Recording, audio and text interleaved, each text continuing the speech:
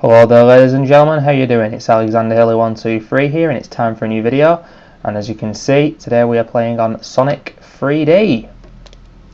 This is a game that divides opinion, there's no doubt about that. It was always going to be the case even before it was released. Sonic, after the four classic games, Sonic 1, 2, 3 and Knuckles, was then starting to fade away. You know, the Megadrive was on its last legs, the Sega Saturn had been released, the PlayStation, sorry, was just around the corner,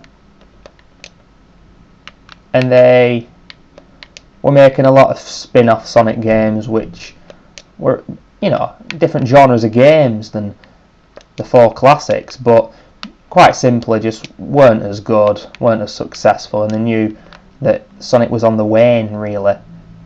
But unlike Nintendo, who always managed to keep Mario relevant and evolve him and just keep him fresh and make sure that he mattered and meant something in the gaming market, Sega never really did that after the 16-bit era.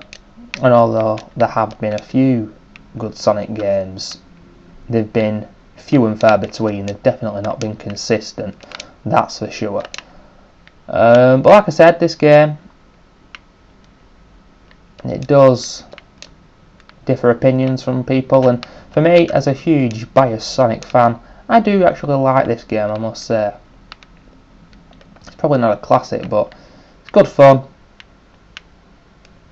It can become quite irritating, but I don't usually play games like this. Not usually my kind of bag. Ah, there we go. I lost Flick It, and that's basically the premise of the game. Really, you collect the bad bots, are they called? I think they're called that. Anyway, I can't remember. The enemies basically. Turn them into flickies, and then the flickies automatically attach to you, as you can see there, and then you just jump them through the loop and move on to the next act.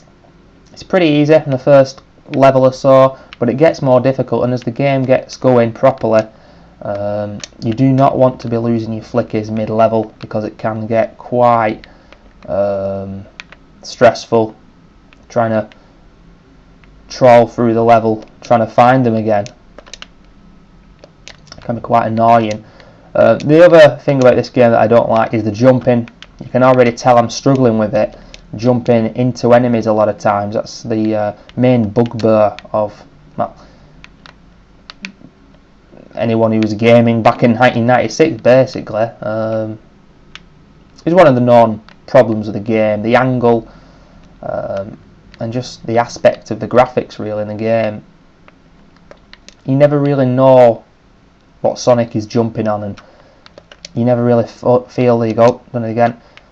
fully in control of him, and that's not great. It does get annoying, especially later on as the game becomes more difficult. But like I said, this isn't renowned as a classic, and I don't think it is good enough to be a classic, but it's very different for the Sonic series, and graphically it's pretty amazing for, you know, on a Mega Drive. And the sounds and the music, fantastic too, as always with Sonic games. They didn't compromise in that regard, there's no doubt about that. But yeah, a solid game. It's got its pros, it's got its cons. Tell me what you think, ladies and gentlemen. I'm going to finish it here. Thank you for watching. Sonic 3D, Flicky's Island, or Sonic 3D Blast if you're in North America. Thank you for watching, and I'll see you soon.